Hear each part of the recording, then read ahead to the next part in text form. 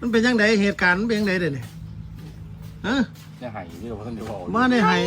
ยังมาพี่เกิดอีหยังขึ้นกับธิดาลาวในขณะที่กำลังข้ามด่านทานผู้ชม FC แฟนคลับเกือบน้ำตาแตกคาด่านช่วงที่กลับจากประเทศลาวมาไทยว่าสันเดมันเกิดอีหยังขึ้นกันแท้บ่มีผู้ใดอธิบายเลยสบายดี FC แฟนคลับทุกทานมาพบมาพ่อกันคลิปนี้มีเรื่องเล่าข้อมูลข่าวสารเกี่ยวข้องกับน้องธิดาลาวตั้งแต่มือเพิ่นเดินทางไปลาวพุ่นแหละและเดินทางกลับจากลาวมาไทยหั่นแหละท่านผู้ชมคือว่ามันเกิดปัญหาอีหยังกันกับบ่ฮู้เพราะบ่มีผู้ใดทายเพราะว่าอยู่ในหน้าด่านหั่นเขาเจ้าห้ามถ่ายรูปห้ามถ่ายคลิปใดๆทั้งหมดห้ามถ่ายคลิปใดๆทั้งหมดแต่ว่าจับใจความได้หลังจากที่พอผู้แม่เพิ่งกลับมาฮอดนอนนาคาเฟ่คำแรกที่พอผู้ถามก็คือมันเกิดอีหยังขึ้นเจ้าหน้าที่ตำรวจถามอีหยังอยู่ด่านว่าซั่นยายรุ่นก็ตกอกตกใจย่านเอาธิดาลาวกลับคืนมาไทยบ่ได้หั่นล่ะติท่านผู้ชมตามที่ค่อยเข้าใจมันน่าจะเป็นแบบนี้นะเนาะท่านผู้ชมเพราะว่าก่อนหน้านี้เคยได้ยินพอผู้เว้าอยู่เคยได้ยินพอผู้อธิบายอยู่เพราะว่าเวลาที่จะเอาน้องธิดาลาวกลับเข้าไปลาวและจะเอาน้องธิดาลาวกลับเข้ามาไทยหั่นน่ะต้องมีคนลาวคนหนึ่งที่บรรลุนิติภาวะบรรลุ18ปีไปนำเสมอว่าซั่นเด้แต่ว่าครั้งนี้นี่ปรากฏว่าบ่มีคนลาวไปนำเลยไดเนาะเพราะว่าปรารถนาก็กลับมาที่ฟังคำมวลไอ้ก็อยู่ทั้งไอ้ก็เป็นถือสัญชาติไทยได้ไอ้เนาะถึงวันมาแม่เป็นคนลาว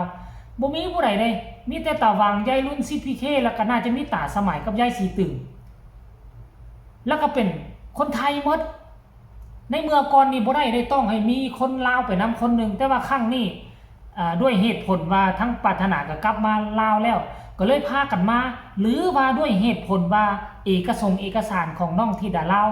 คงจะออกครบถ้วนสมบูรณ์แล้วหั่นล่ะท่านผู้ชมจึงจึงบ่ต้องมีคนลาวที่อายุครบเกณฑ์ไปนำก็ได้หั่นน่ะเนาะก็เลยพากันไปแต่บัดที่นี่ก็ตอนออกจากฟังประเทศไทยนี่ไปหาประเทศลาวนี่คงจะบ่มีปัญหาตามที่ค่อยเข้าใจนะสิ่งที่มันเกิดขึ้นนี่น่าจะเกิดขึ้นตอนที่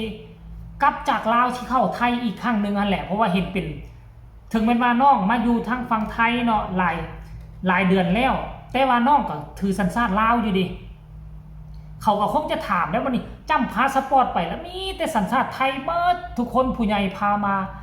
มีเด็กน้อยสัญชาติลาวคนเดียวทั้งเจ้าหน้าที่เพิ่นก็น่าจะสอบถามหั่นละมั้งท่านผู้ชมแต่ว่าก็คงจะบ่เป็นปัญหาใหญ่ดอกเพราะว่า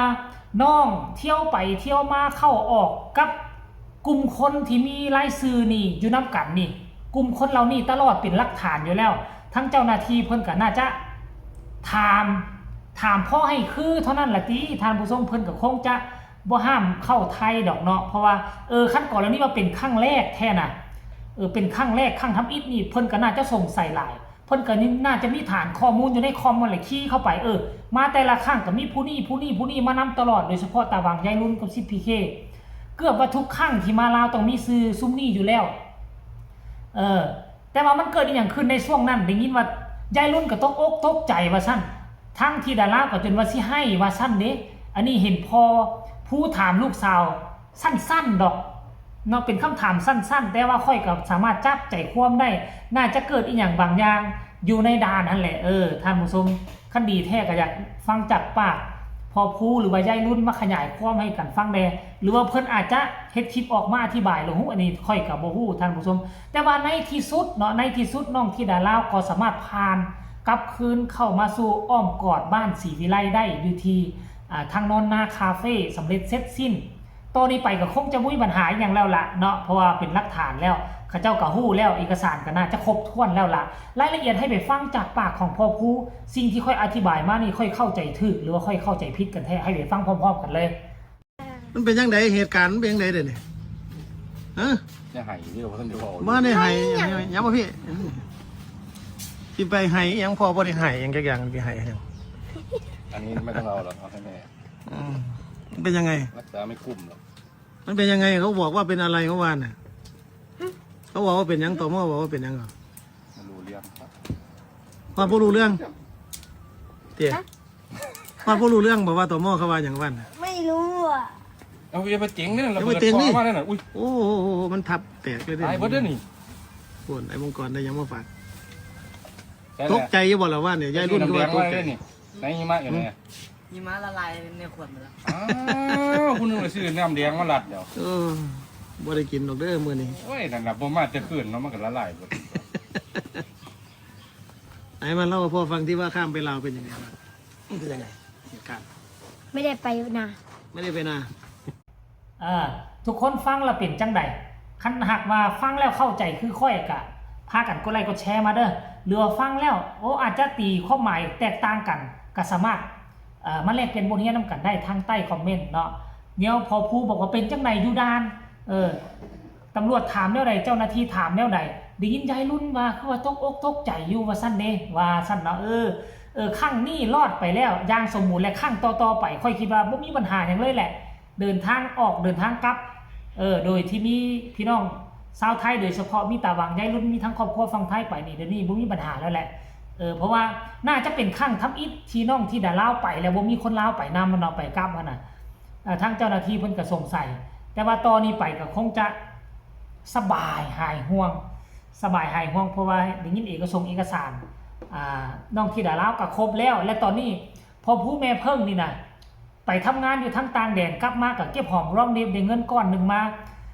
มีเป้าหมายแล้วจะไปแลนวีซ่าให้กับลูกสาวที่ดาลาวเบิ่งไหมหลายคนบ่เข้าใจโจมตีนู่นนี่นั่นพ่อกับแม่แล้วบ่ดูแลครอบครัวน้องที่ดาลาวอยู่ทั้งฝั่งลาวแล้วพากันไปเที่ยวสบายยิ้มแป้นอยู่ทั้งต่างประเทศพวกเจ้ายังบ่ฮู้พอผู้แม่เพิ่งไปน่ะก็ได้เงินมาก้อนหนึ่งได้ยินว่าจะไปเฮ็ดวีซ่าให้ลูกสาวที่ดาลาวเฮ็ดปุ๊บคันได้วีซ่าปั๊บก็พาน้องไปเที่ยวเลยบาทเนี่ยสายเดียวพาน้องไปเที่ยวเลยเห็นบ่ล่ะเงินที่พ่อแม่ไปหามาน่ะสิเอาไปจูนเจือครอบครัวสิเอาไปจูนเจือลูกสาวลูกชายมั่งก่อนก็เพิ่นบ่เฮ็ดเพิ่นคิดถึงลูกสาวก่อนหมู่โลดจะเอาไปแลนวีซ่าให้กับลูกสาวพะน่ะดีซ้ำนี่แล้วพวกเจ้าสิเอาซ้ำได้เนาะกะส่วนใหญ่แล้ว FC แฟนคลับซ้ำจำเขาสิเข้าใจแล้วพอผู้ไม่เพิ่งแต่ว่ามันก็มีหั่นแหละคนที่ลงบ้านเข้ามาซัวข้างซัวข้าวหรือคนที่อยากสร้างประเด็นดราม่าเพิ่นก็เข้ามาหั่นแหละตามจุดประสงค์ของเพิ่นยังโชคดีที่บ้านศรีวิไลพวกเขาบ่หลงกลท่านผู้ชมเนาะอันนี้คือเรื่องราวข้อมูลข่าวสารเกี่ยวข้องกับน้องธิดาลาวมันเกิดขึ้นมาตั้งแต่มื้อเดินทางพุ่นละแต่พวกเขาก็บ่ฮู้เด้หากก็สิมาฮู้เมื่อวานนี้ตอนพ่อผู้มาเห็นลูกสาววินาทีแรกก็เลยมาถามกันจังสั้นจึงเฮ็ดให้เฮาได้มาเฮ็ดคลิปอ่านข่าวแต่ว่าอาจจะถูกอาจจะผิดค่อยก็บ่ฮู้เด้อคันผู้ใดเป็น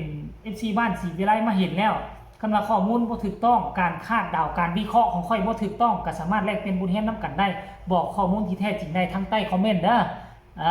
สำหรับคลิปนี้ก็ขอคนละ1ไลค์1แชร์เช่นเก่าเช่นเคยฝากกดติดตามที่สำคัญจะกดข้ามโฆษณาพอกันใหม่ในคลิปหน้าลาทานผู้ชมไปก่อนสบายดี